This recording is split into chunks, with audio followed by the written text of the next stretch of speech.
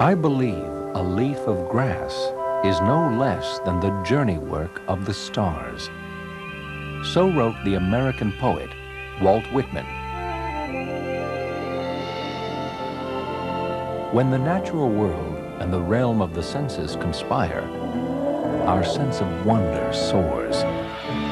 This magical orb, this earth, this wonder of wonders, holds within its embrace some special places, pinpoints on the planet where nature reveals its true majesty.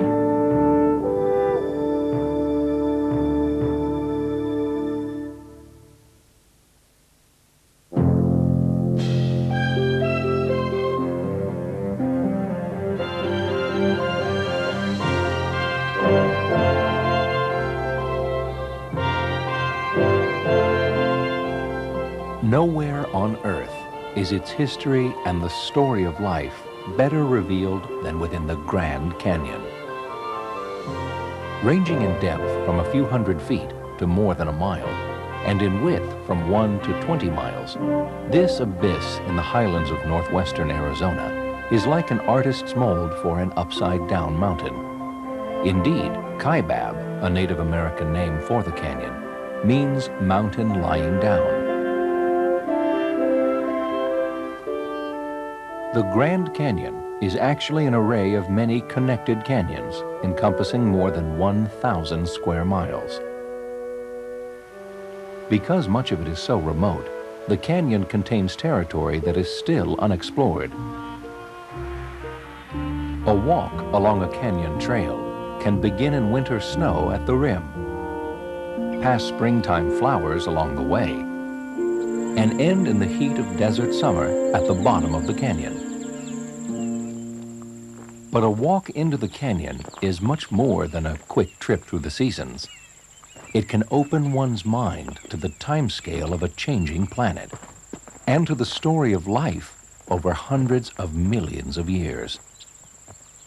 In 1963, author Colin Fletcher became the first person ever to walk the length of the Grand Canyon, some 277 miles as measured by the winding Colorado.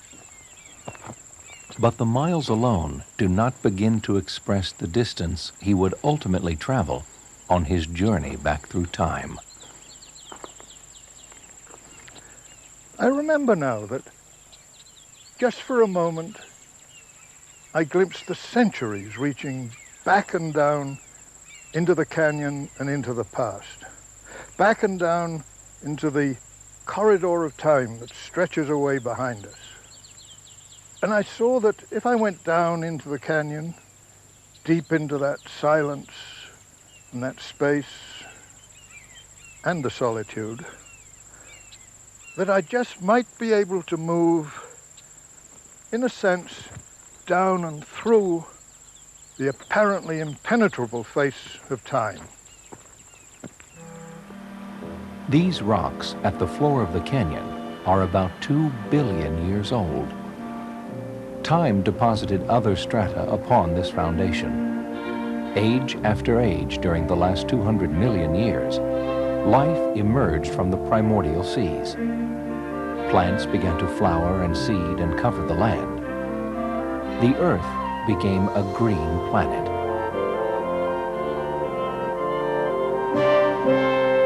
Slowly, the Colorado Plateau began to rise. Separate streams that flowed across the plateau joined forces and formed the mighty Colorado River.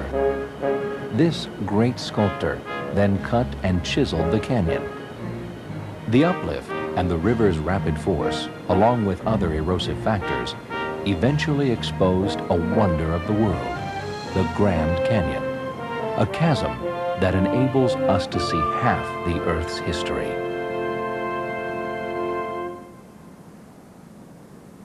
This sanctuary is the work of the river. So is this cavern. Tens of thousands of people could stand inside and still be dwarfed by its immensity.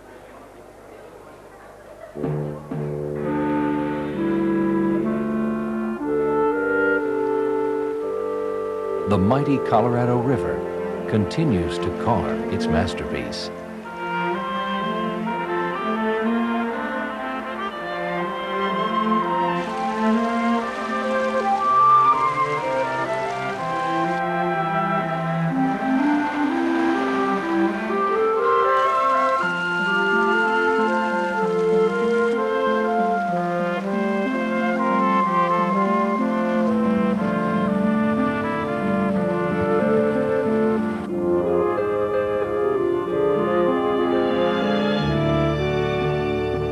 Colorado that created the Grand Canyon was a far different river than the one that flows through the canyon today. The river was red with mud when Father Francisco Garces, a Jesuit priest, named it Colorado in 1776.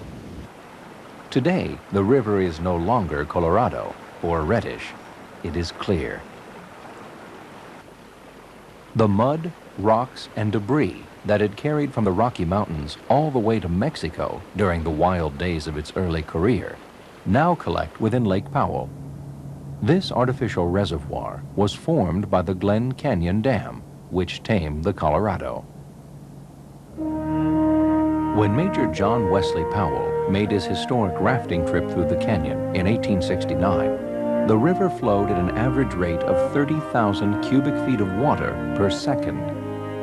Since 1964, when the dam began to turn the river's force into hydroelectric power, the flow has slowed to 1/10 of that, forever changing the ecology of the Grand Canyon.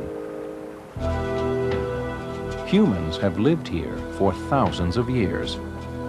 Today, the canyon is home to the Hualapai and Havasupai Indians. A millennium ago, the canyon sheltered the Anasazi people. Their descendants are the Hopi, and the canyon remains their spiritual touchstone. In 1540, the Spanish explorer Coronado was searching for the fabled golden cities of Cibola. Hearing of a large river, he sent a band of men to look for it, under the command of Captain Garcia Lopez de Cardenas. Hopi guides led the Spaniards to the south rim of the canyon, but then withheld their secret, how to reach the river below. Lacking water, the captain had to abandon the expedition. One sacred site the Hopis did not want the Europeans to find was the Sipapu, the place from which, according to their creation story, human beings first emerged onto the Earth's surface. Today, Hopi still make an annual pilgrimage into the Grand Canyon.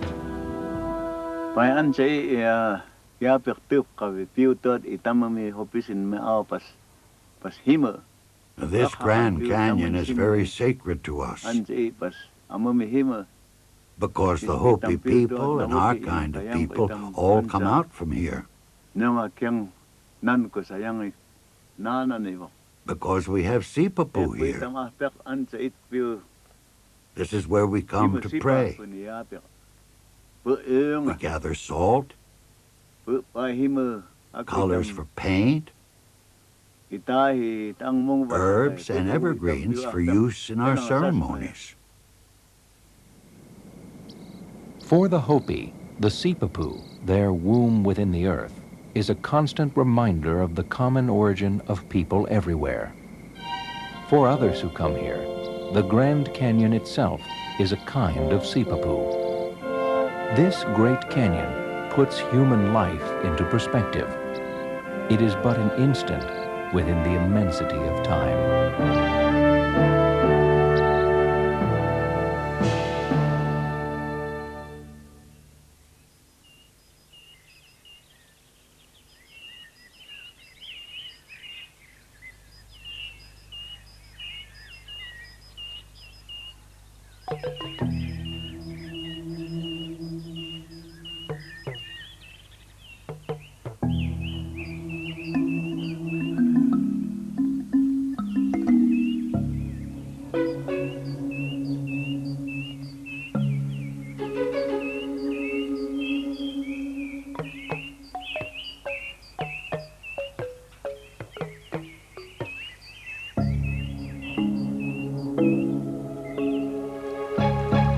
This is the land of dawn, the Serengeti. Upon the grassy plains of this African savanna, extraordinary creatures first saw the light of day. A descendant of the dinosaurs, virtually unchanged for 190 million years. A mammal that grows to a height of 18 feet.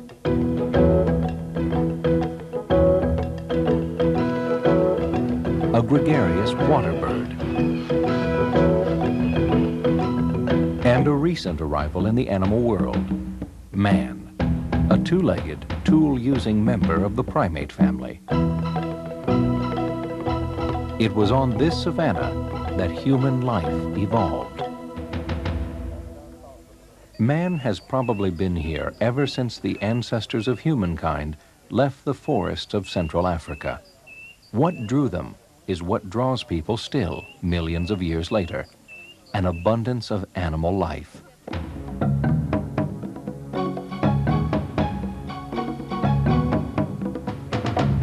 The Maasai tribe call this vast plain Serengeti, or Great Open Space.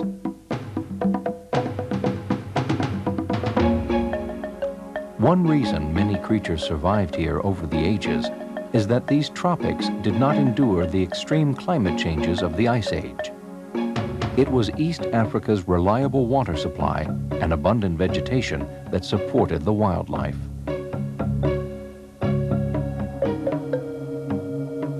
The Masai Mara, Kenya's portion of the Serengeti ecosystem, is home for almost 100 species of mammals, reptiles and amphibians, and more than 300 kinds of birds.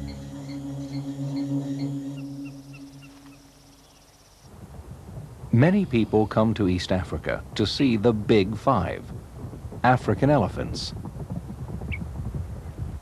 black rhinoceroses,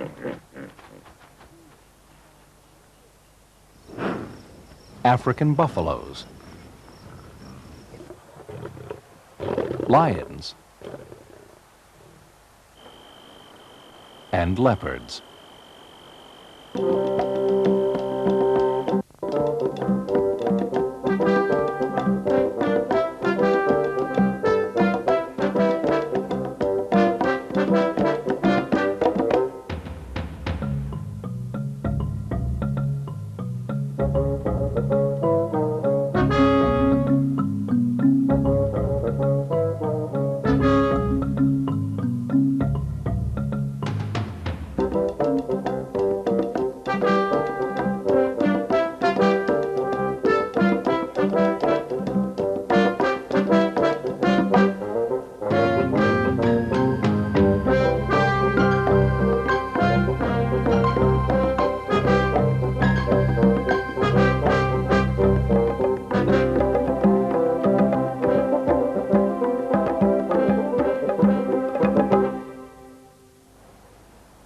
It was not like a herd of cattle or of sheep, because it was wild.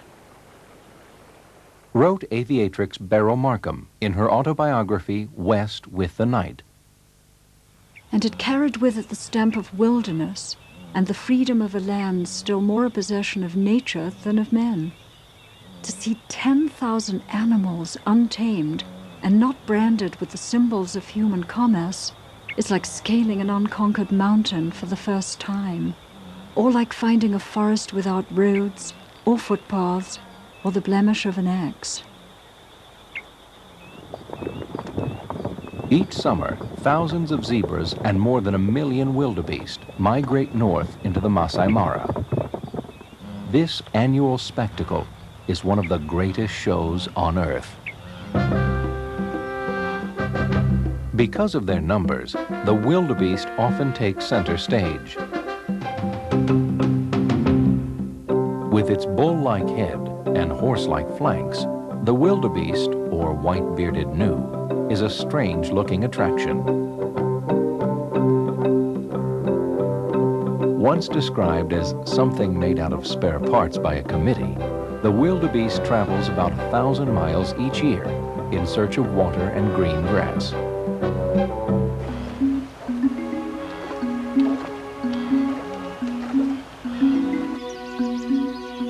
In January, when the monsoons blow in from the northeast, the wildebeest leave the Masai Mara, following rain clouds south into neighboring Tanzania.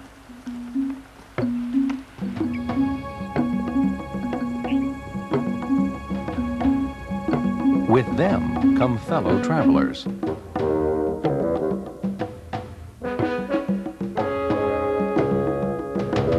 After the fellow travelers come the predators. And after the predators, scavengers.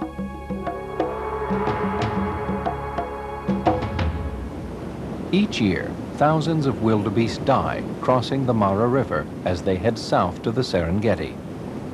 It is the calcium-rich grass on the plains that lures them, even at the risk of their lives.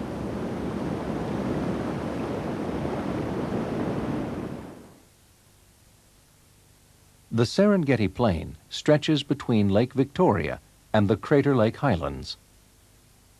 Exactly where the animals go depends on changing conditions of weather, terrain, and food supply.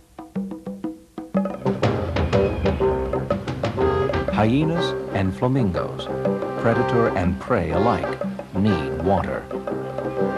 Each animal in its own way must solve life's great riddle, how to eat without being eaten.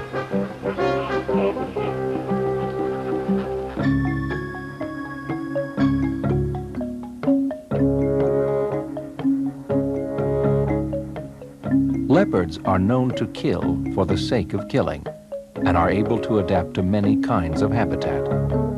And like man, they tend to mate for life.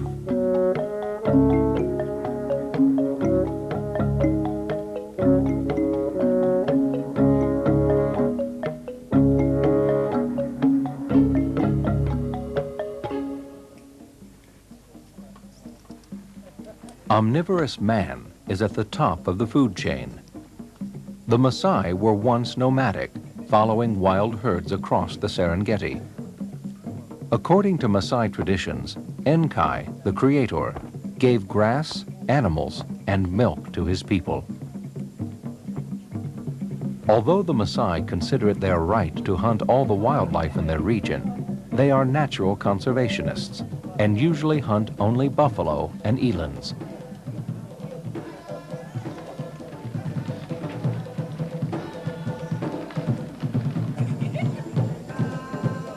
The Maasai's coexistence with wild animals is part of their heritage.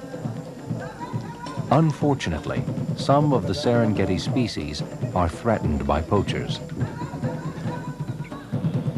Protecting the wildlife of the Serengeti will enable future generations to witness the wonder of life in this land of Genesis. To behold this great migration is to share a timeless experience unchanged since the dawn of man.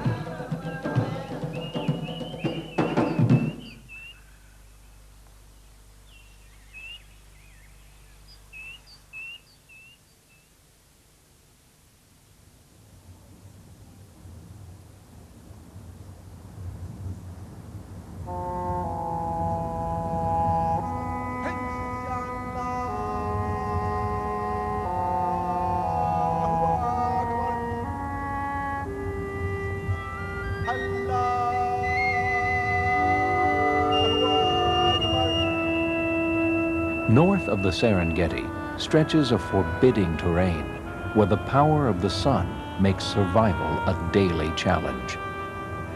It may have been here, in the world's largest desert, that human beings first developed a sense of wonder.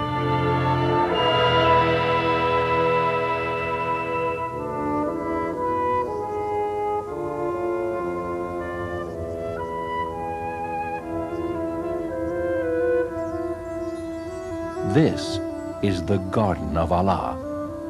In Islam, it is said that the Lord removed most animal and human life from this place so that he could walk in peace. How large is this sanctuary called the Sahara? The desert mocks the notion of borders. Indeed, borders of many countries in the Sahara are literally lines in the sand. How big it is depends not only on how the Sahara is defined, but also on when it is measured. Over time, the desert shrinks and expands. Various factors determine the size of a desert: global wind currents, the number of grazing animals, and especially the amount of rainfall.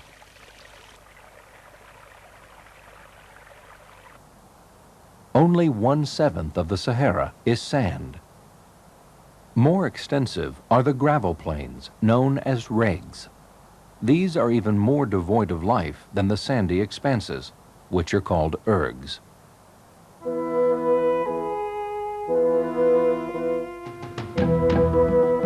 Rock carvings made by prehistoric hunters reveal that this region was once a grassy plain, with wildlife like that of the Serengeti.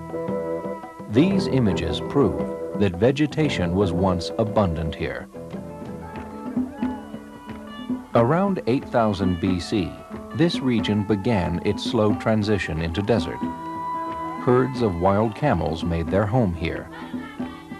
Nomadic people, perhaps the ancestors of these Tuaregs, domesticated the camel. It is an amazing beast. A camel can carry up to 1,000 pounds. It is able to survive without a drink for up to 10 months. But contrary to myth, a camel does not store water in its hump. The hump is a reserve of fat that provides energy when no food is available. Before cars conquered the continents and airplanes shrank the globe, the caravans crossing North Africa were a network of trade that connected the peoples of Africa, Asia, and Europe. Founded by Tuaregs in the 15th century, Agadez, a city in the Republic of Niger, is a center for commerce. Yet for all the comforts of city life, these people of the Vale love nothing more than the desert. To live in the bush with camels and sheep is the Tuareg way of life. We only come into the city when we need something. Agadez has seen many caravans come and go. Some journey west, 750 miles to Timbuktu, or north, 1,700 miles to the Mediterranean coast. Others travel east through the formidable Tenere Desert, carrying grain to the salt mines of Bilma. One of the secrets of survival in the Sahara is salt. It can be more precious than gold, for salt helps the body retain water. In summer, when the heat may exceed 150 degrees Fahrenheit, it is possible to lose a gallon of water a day. Taking salt and drinking water prevent dehydration beneath the fiery sun. The desert is like an ocean, although what is most abundant at sea is scarcest here. In the Sahara, dunes can tower hundreds of feet high and stretch more than 100 miles. Dunes move with the prevailing winds. Like a wave, they advance, only more slowly, perhaps a foot a day, as winds lift grains of sand up the slopes and over the crests. This vast expanse lacks features that can orient the traveler. The horizon stretches uniformly for hundreds of miles. In such terrain, a landmark is rare and valuable. A mistake can be fatal.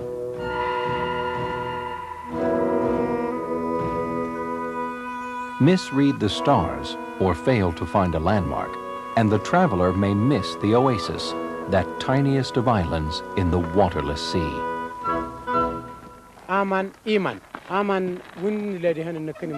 Water is life. Nothing can live without water. During the rainy season, water comes down the riverbeds, but the water is like a swamp. By digging a deep well, that will give us good water, and by drinking the water from the well, we will not get sick. At first, to the traveler's eye, the Sahara seems to offer no signs of life. From space, it looks like the surface of a lifeless planet. Yet living things do make their home here. Everything that survives in the desert faces a double challenge: getting enough water and preventing its evaporation. Insects solve both problems well. From vegetation and from other insects, they extract liquid. Burrowing beneath the sand keeps them cool. Plants may push roots deep beneath the sand or extend them laterally to capture surface moisture. A single grass plant may have 50 miles of roots.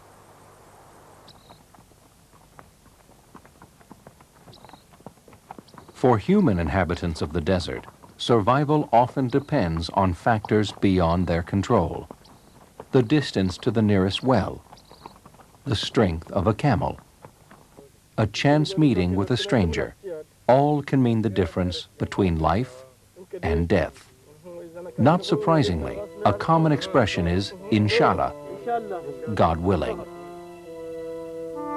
It was in this desert that the human mind first embraced the idea of monotheism.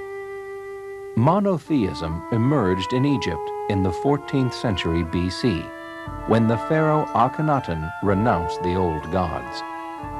He proclaimed that the sun was the one and only divinity. About a century later, Moses received a revelation from a God who could not be seen. God's prophecy gave Moses the courage to lead his people out of slavery into freedom. In the Sinai desert, the Hebrews made their covenant with the Supreme Being, forsaking all other gods.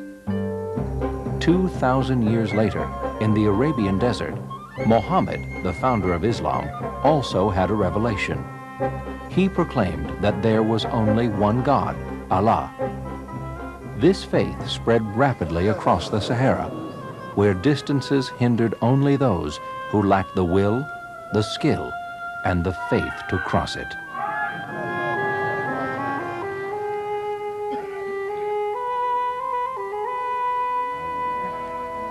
Traditionally, Muslims make a once-in-a-lifetime pilgrimage to Mecca, their sacred city in Saudi Arabia. Over the centuries, millions have crossed the Sahara en route to this holy site. If God wills it, inshallah, the travelers will reach their destination before they meet their destiny.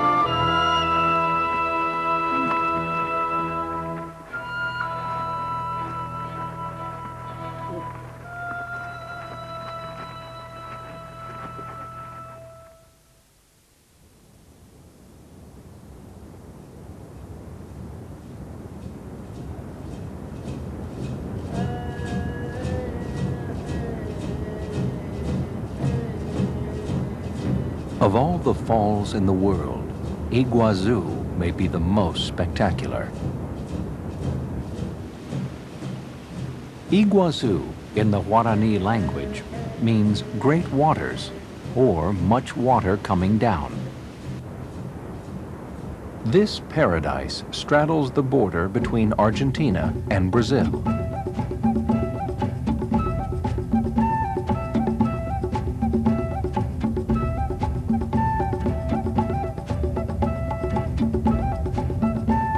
The people of this land, the Guarani, also call these falls the place where the clouds are born. A rich ecosystem surrounds Iguazu Falls. From the rain that gives the rainforest its name, from rising spray, water nourishes an abundance of living things. Trees of many species, flowering vines, orchids, iridescent butterflies, toucans, macaws, and parrots of exotic varieties and color.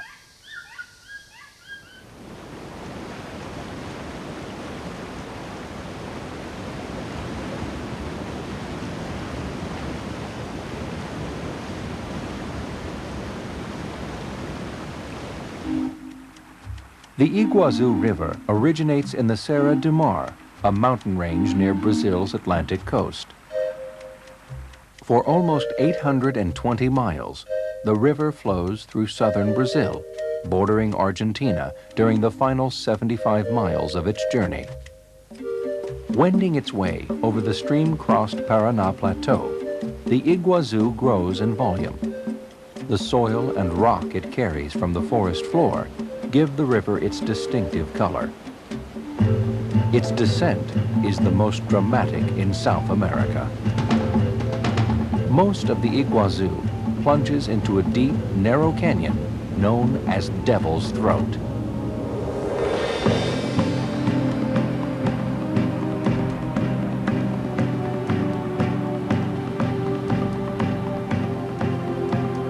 Waters that escape Devil's Throat fan out across the plateau before pouring over the precipice.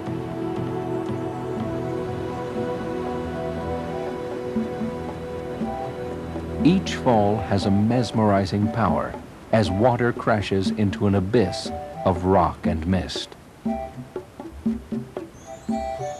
On a sunny day, myriad rainbows appear and vanish within the clouds.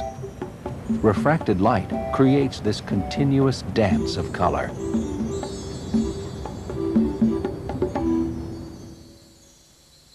Within the rainforest dwell howler and Capuchin monkeys. The Capuchin derive their name from Christian monks. In Italian, Capuchin refers to the hood that a Franciscan friar wears. Unlike their African and Asian cousins, monkeys of the New World have grasping tails. Naturalists have wondered why apes and human-like primates never evolved in the Americas. Some speculate that it's because monkeys on this side of the Atlantic never descended from the trees. They never had to. The rainforest provided everything the monkeys needed.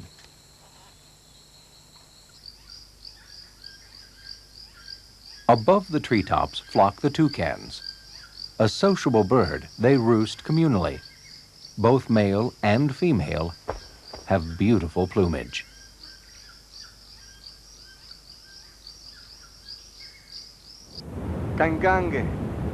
The Guarani have lived in the rainforest since time immemorial. Their legend about the waterfall's origin is as fanciful as the falls themselves.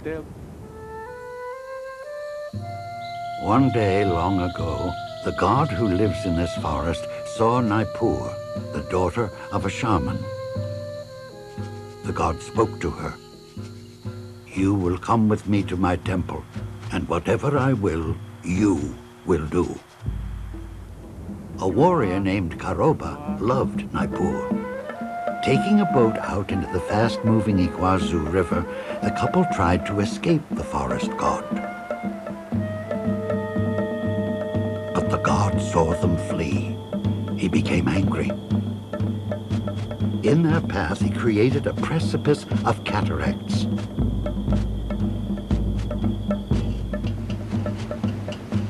Their boat plummeted over the falls. Naipur was transformed into a rock at the bottom of the abyss, to be hidden forever by a cloud of mist.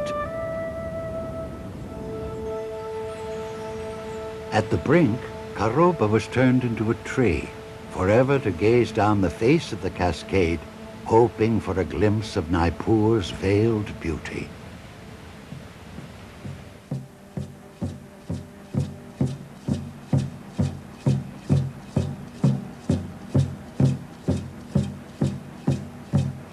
For countless generations, the Guarani have buried their dead near Iguazu Falls. It is a fitting place. The Guarani believe that each person throughout life harbors the soul of a butterfly. And this region lures swarms of butterflies, about 500 different species. One day, the Guarani, who lived on islands facing the Atlantic, spotted something strange. Ships with trees inside of them loomed on the horizon. Because the Guarani wore ornaments from the Inca Empire, the Spanish explorers believed that they had found El Dorado, a mythic land of silver and gold. Alvar Núñez Cabeza de Vaca was the first European to see Iguazu Falls and live to tell about it. Unlike most explorers of his day, who regarded indigenous people as subhuman savages, Cabeza de Vaca believed that the natives were human beings and had souls.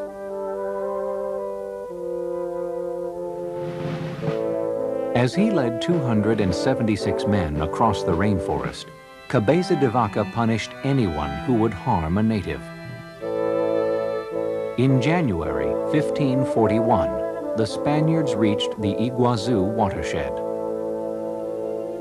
We were walking through the country of the Guarani Indians, all of whom received us with much pleasure. They brought us corn, chickens, honey, and other sustenance. Guarani guides told the explorer that a hostile band of natives might attack him near the Great Waters. The explorer divided his men. Most of them walked along the bank with the horses. 80 men went with Cabeza de Vaca in canoes. They pushed off near the base of the cascade. That water falls with such force that its foam leaps back up more than 2 lances high. So it was necessary to take the canoes out of the water and carry them on land past the waterfall. Below the falls, the Spaniards encountered Guarani, who wore paint and feathers. They carried bows and arrows. They were dressed for war. But the sight of mounted men terrified the warriors.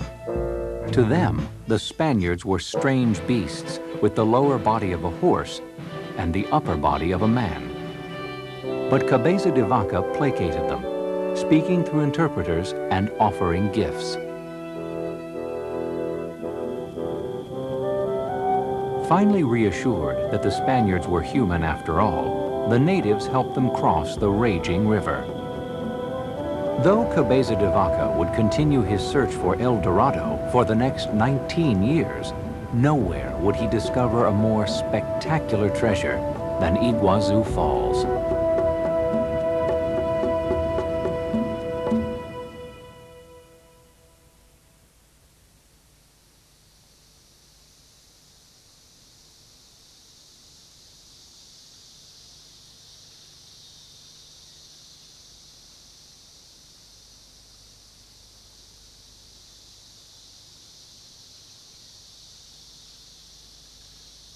There is more life per acre here than anywhere else on Earth.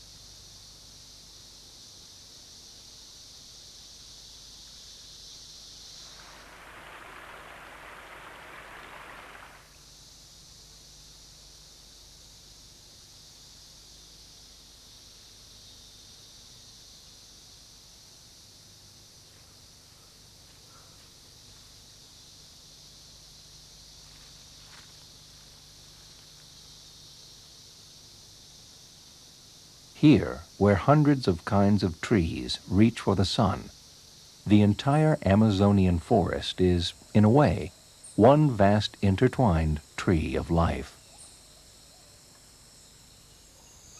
A single tree may support some 400 species of insects.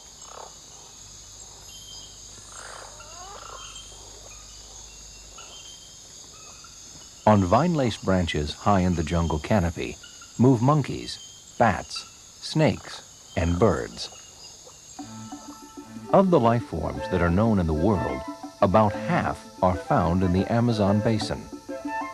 Covering 2.5 million square miles in 9 different countries, the largest rainforest in the world shelters many of the Earth's undiscovered species as well.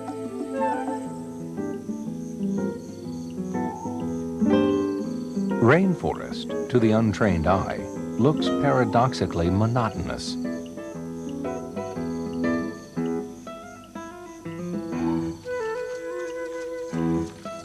Only scientists and the human inhabitants of this jungle know where to find many of the 4,300 bird species, 125 kinds of mammals, 100 species of reptiles, and 30 million insect species that live within, above, and below this tangle of vegetation. Most animals live 30 feet or more above the ground, amid branches so thick that these creatures of the canopy are often out of sight of their own kind. This three-toed sloth thrives on the leaves of the cecropia tree. It hangs almost immobile for weeks on end, earning its name. On the ground, the sloth can neither walk nor stand, but it can swim.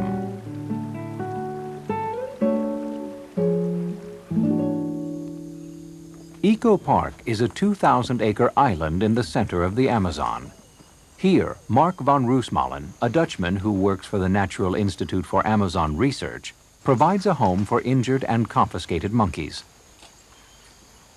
We have, at the moment, 20 species of monkeys from the Amazon. We have a very rare monkeys that are never on exhibit, like the white vacares. They are from the flooded forest. The purpose of this monkey jungle is scientific and conservational. I would like to bring endangered species to this natural habitat where they can accumulate the knowledge of the forest in order to survive.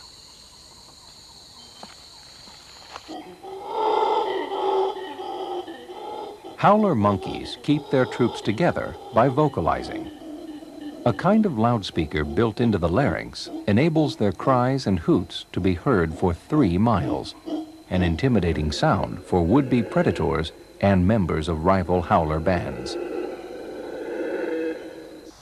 During the sultry heat of midday, even howlers fall silent as they rest within the verdant canopy.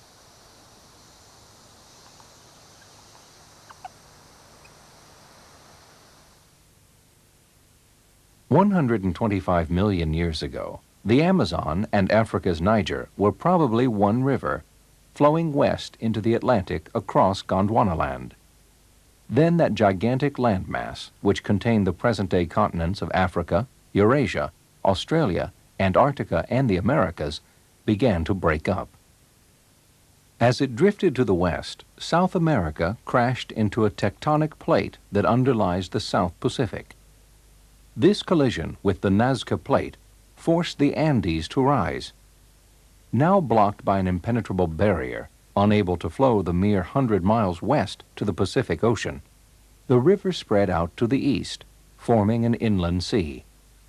Eventually, it broke through to the Atlantic, resulting in the 3,900-mile Amazon River, the second longest in the world.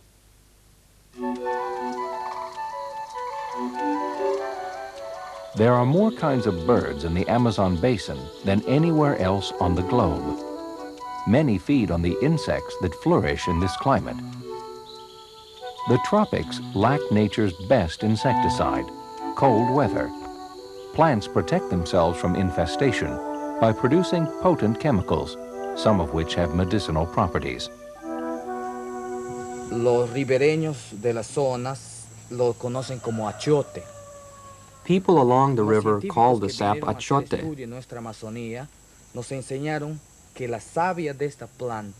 Scientists tell us this can be used to cure conjunctivitis.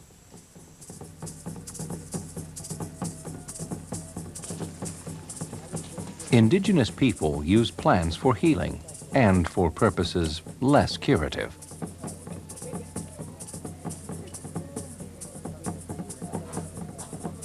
Natives of the Amazon put curare on the tips of arrows for poison. Curare slows the heart. A lethal dose stops it entirely. In modern hospitals, surgeons use a curare derivative as a muscle relaxant for heart operations. In an effort to create synthetic counterparts, scientists collect plants that indigenous people use.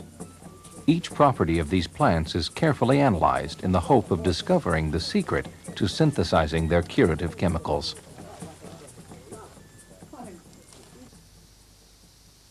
One of the paradoxes of the Amazon basin is that the ground supporting this profusion of life, 250 tons of biomass per acre, is barren, a virtual desert.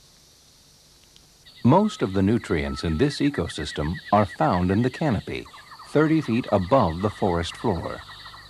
Organisms high within the branches decompose quickly in the humid heat, providing nourishment for new life. This forest is a giant organism that recycles nutrients and moisture at a rapid rate. As sunlight warms the trees, vast quantities of vapor rise from the forest canopy. Clouds gather, and torrential rain, sometimes 100 inches a year, replenishes the watershed. 1/5 of all the fresh water on Earth flows through the Amazon basin. One single tributary, the Rio Negro, carries more water than all of the rivers of Europe combined. Forests surrounding the Rio Negro are periodically flooded. As the waters recede, organic matter washes into the river, giving the Negro its dark color. The confluence of the Negro and the Amazon near Manaus is the world's richest freshwater fishery, and it yields a greater diversity of fish than any other waters on Earth.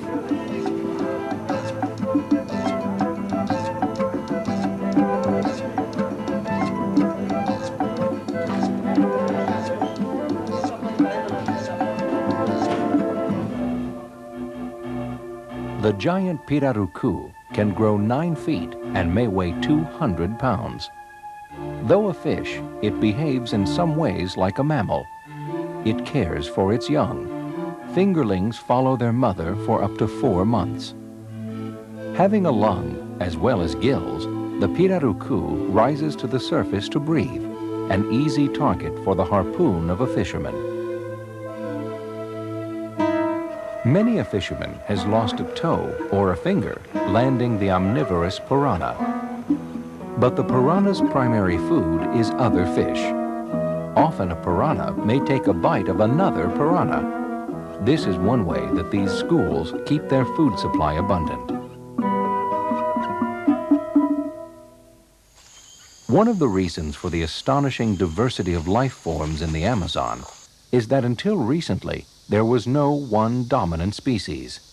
There was enough food for all, and of so many different kinds that a multitude of creatures were able to establish a unique niche. Only in recent decades have human efforts altered this environment on a major scale. Road building, mining, damming, and jungle burning have been destroying the rainforest at the rate of 13,000 square miles a year, an area about the size of Switzerland. If this pace continues, the Amazonian ecosystem will be a memory within 100 years. Those who appreciate nature's wisdom ponder whether human wisdom will grow in time to save this primeval wonder, a tree of life that shelters half the genetic heritage of life on Earth.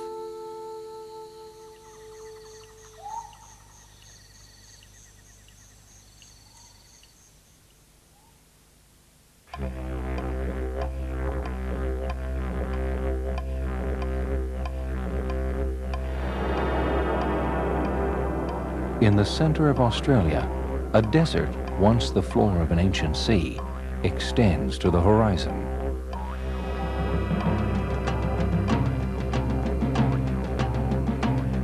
Then suddenly, an island of rock appears. The presence of the largest monolith on Earth upon the flat Australian terrain is one of many contrasts this amazing and sacred place offers to those who behold it. More than 1,000 feet high and covering a square mile, this hunk of sandstone is the eroding top of a mountain. It may extend 4 miles beneath the land surface. Around the rock, debris that over the ages has washed down its sides buries the mountain ever deeper.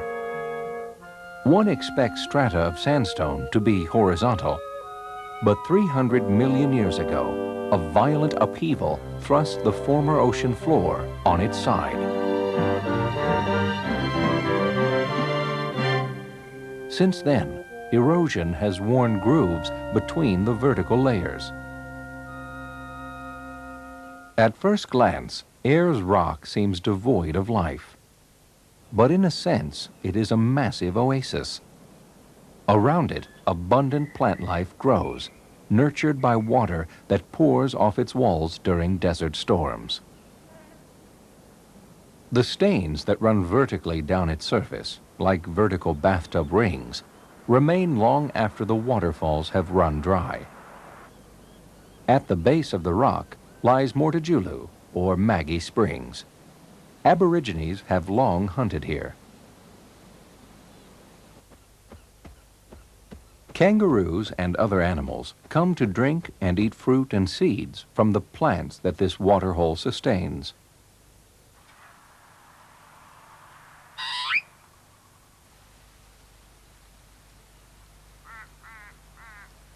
This island mountain has two names, Ayers Rock and Uluru. These names suggest two different visions of the world. A 19th century explorer, W.C. Goss, gave the rock its colonial name to honor Sir Henry Ayers, the Premier of South Australia at the time. Although Ayers never owned the rock, the name Ayers Rock brings to mind the pervasive European concept that one can possess pieces of the earth, that part of the natural world can belong to a human being.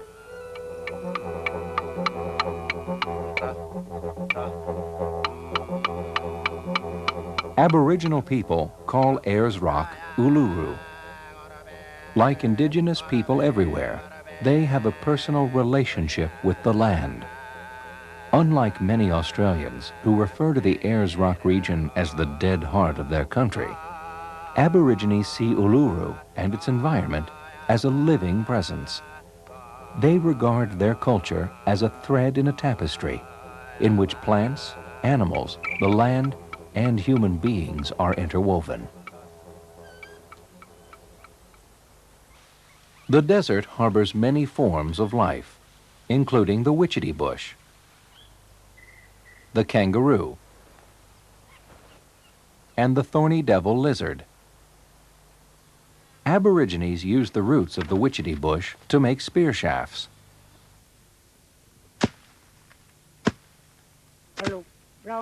Another plant, spinifex, is the source of an adhesive putty that this man is making. The putty can glue a spear point to its shaft or a handle to a cup. Aboriginal people work with Australian National Park personnel so that non-Aboriginals will learn and respect the indigenous traditions of this land. So this is Kitty, the glue that's used to stick the stone onto the end of the implement so that you can use the stone to cut up some meat. Kitty.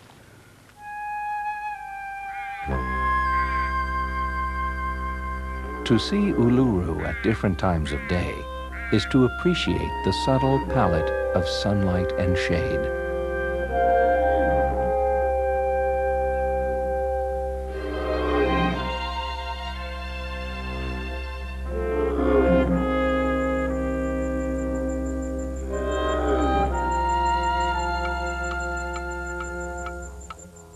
As the hours pass, a spectrum of colors is revealed beneath these southern skies. Like other landmarks in their world, Uluru reminds Aborigines of the dream time, an oral tradition that is the basis of their culture and heritage. For tens of thousands of years, Aborigines from surrounding areas have come to Uluru. Here they perform ceremonies that bring to life the birth of their world, when ancestral beings created the features of the landscape. The sites where the Aborigines perform these sacred ceremonies are off limits to non-Aboriginal visitors. But some places where indigenous ceremonies once took place are open for viewing. Pulverized rock mixed with water and other natural materials creates these colors.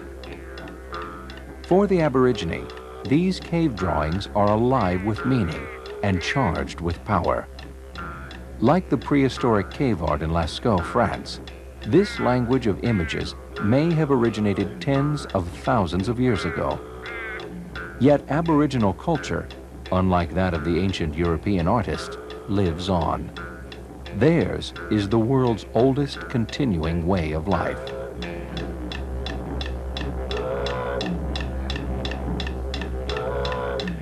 Aborigines sing of spirit ancestors, like the Hare Wallaby or Mala people, whose ceremonies are still observed at the rock.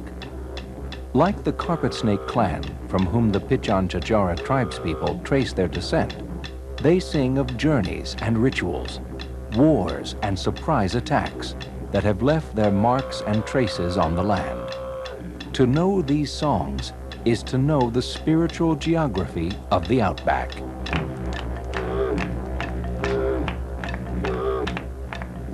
However one views the origin of the monolith, whether in the events of the Aborigines' dreamtime or in the geological upthrusting of sandstone during the Cambrian era, Uluru stands today at a crossroads between ancient ways and modern lifestyles. The title to this region was returned to Aboriginal hands in 1985. The Australian government was then given a 99-year lease.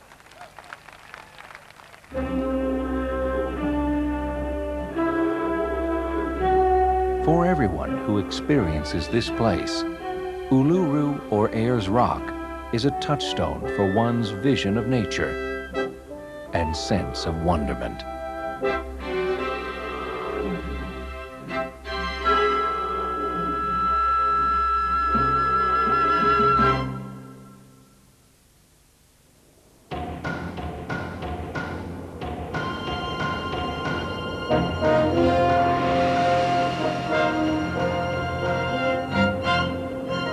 Their towering majesty makes these mountains seem the epitome of permanence.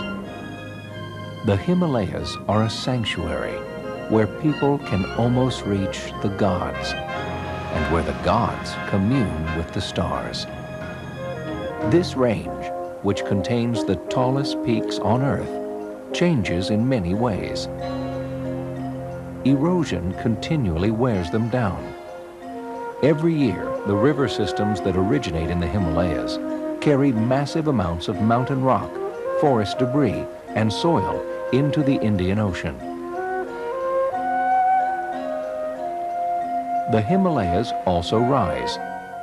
An ongoing collision between two great continental masses created these mountains, and the collision continues today. As the northward moving Indo-Australian plate smashes the Eurasian plate like a giant fist, the Himalayas rise about half an inch each year.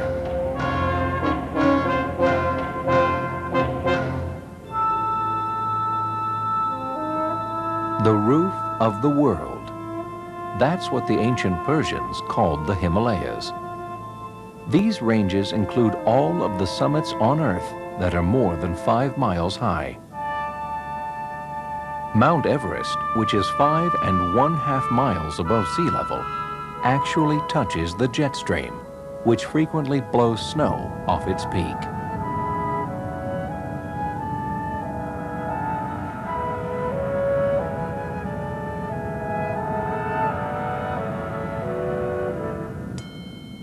The people of Nepal recount a legend about the creation of the Himalayas. In the beginning of time, mountains had wings. The mountains flew around the world as they pleased. But the Nepalese did not have enough water. So Indra, the god of rain, turned the wings into clouds.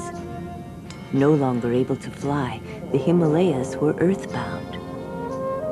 The clouds became a source of rain, which flowed down the mountains into streams and rivers that nourished the Nepalese.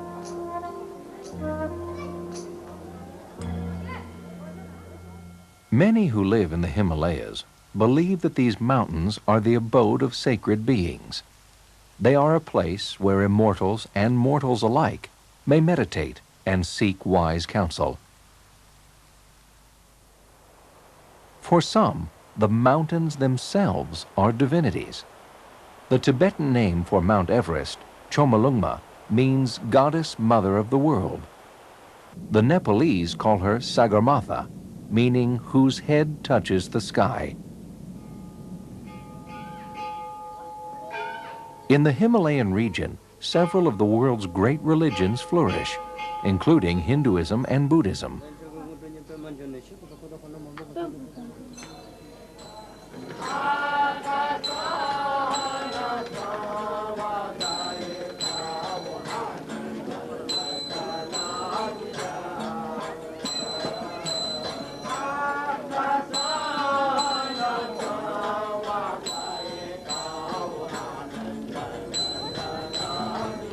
In Kathmandu, Nepal's major city, the wisdom of the great religions of the Himalayas is evident. In no other city do so many temples represent so many different faiths. Religious tolerance, the recognition that each faith is a path toward the same transcendent summit, is the guiding spirit of those who live in Kathmandu. According to an ancient Sanskrit proverb, 100 divine epochs would not suffice to describe all the marvels of the Himalaya. What is it about these mountains that inspires such awe?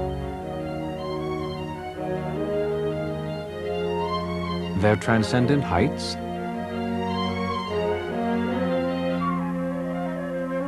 The ability of a cloud to make a mountain vanish, suggesting the mysteries beyond perception? The contrast between snow and shadow, light and dark? The challenge of a mountain trail? The knowledge that in an instant a false step or an avalanche can end one's life?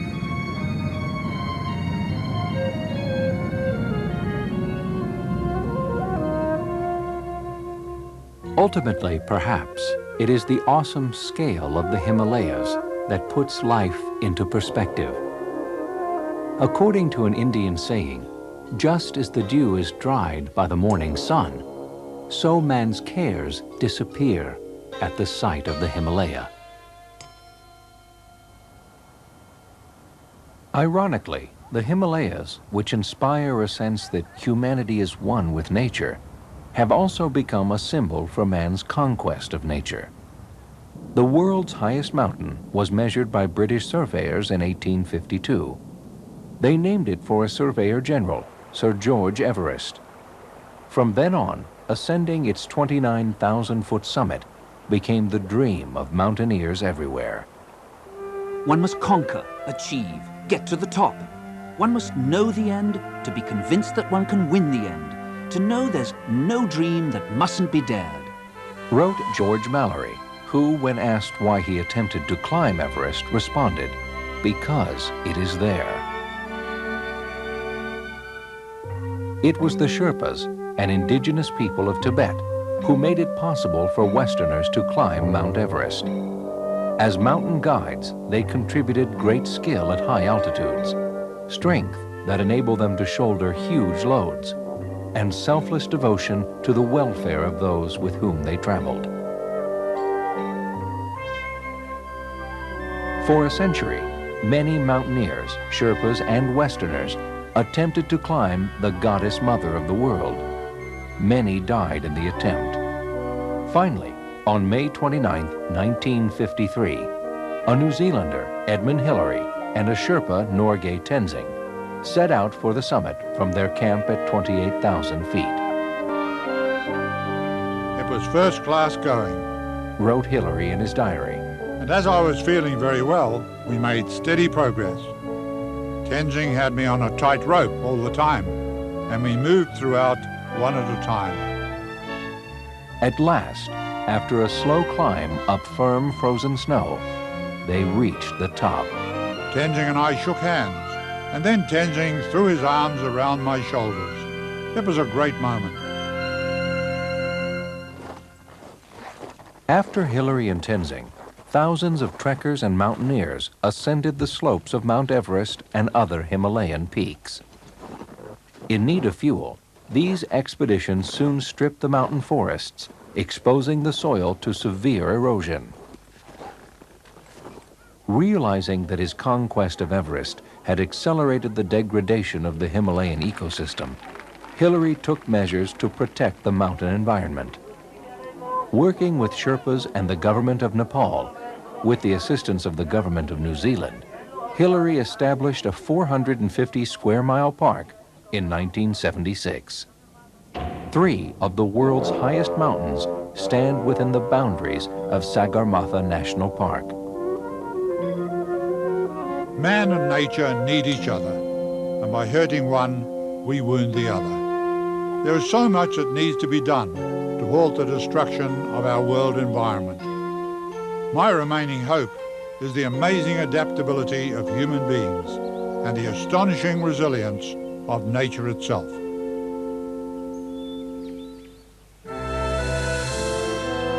Some splendid, some austere, magnificent treasures all.